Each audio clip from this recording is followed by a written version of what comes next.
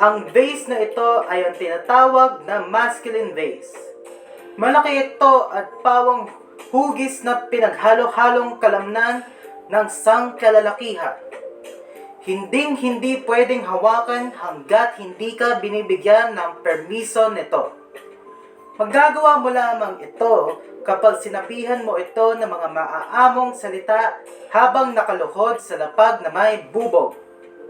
Kailangan din na ang hahawak nito ay may malaking suso para may dagdag suporta.